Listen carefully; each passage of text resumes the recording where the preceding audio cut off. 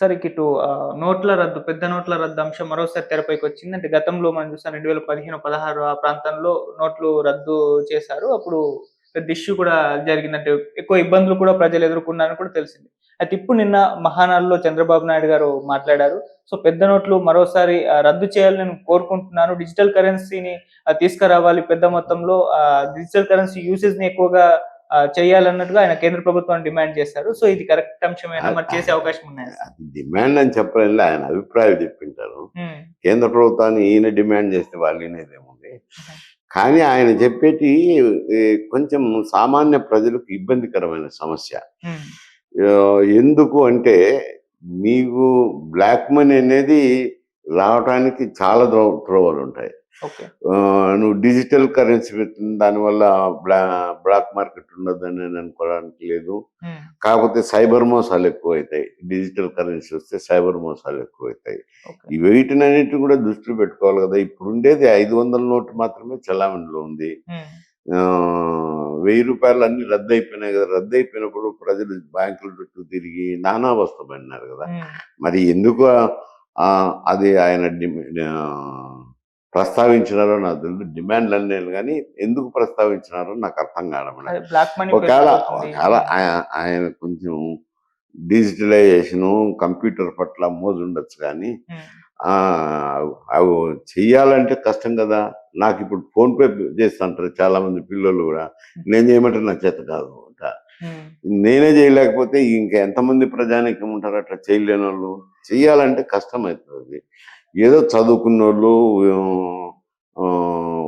వాళ్ళైతే చేయగలరు కానీ సామాన్య ప్రజలకు చాలా కష్టం అవుతుంది. ఈ కరెన్సీని రద్దు చేసిన దానివల్ల ప్రభుత్వానికి వ్యయము, రెండోది మన రద్దు చేసినప్పుడు చాలా ఖర్చు అయింది కదా. ప్రింటింగ్ నోట్లు ప్రింట్ చేసేదానికి ఎక్కువ ఖర్చు చేస్తున్నారు కదా. అదొక విమర్శ ఉన్నది కదా.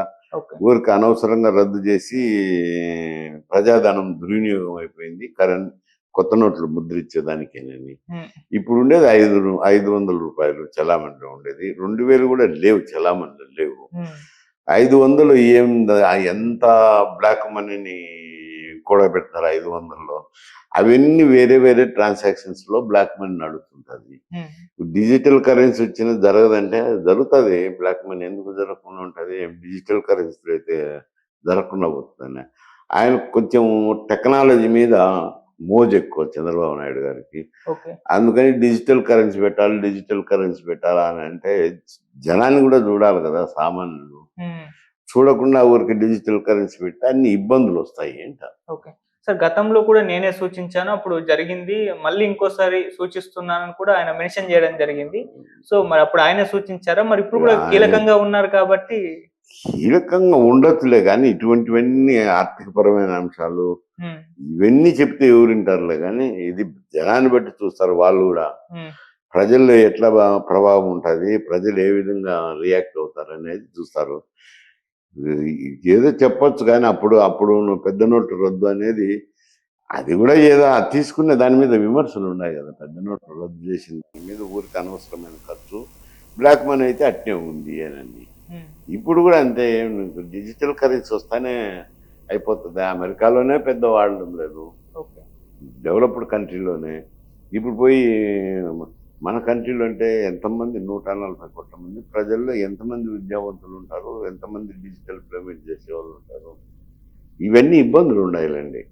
ఒకవేళ కొంతమేరకు అరికట్టవచ్చునేమో, పూర్తిగా బ్లాక్ మనీని అరికట్టలేదు అంట. స్కామ్లు కూడా తక్కువ జరుగుతాయి. స్కాములు ఏం తక్కువ జరుగుతాయి? ఏదైనా దేంట్లోనే జరుగుతుంటాయి. స్కాములు జరిగేది ఏముంది? అవి దీంట్లోనే ఏముంది, రకరకాలుగా జరుగుతుంటాయి. స్కాములు నిలబెట్టలేరు, బ్లాక్ మనీని నిలబెట్టలేరు. ఈ అనవసరంగా సామాన్య ప్రజలకు నష్టం జరుగుతుంది ఈ నోట్ల రద్దు వల్ల.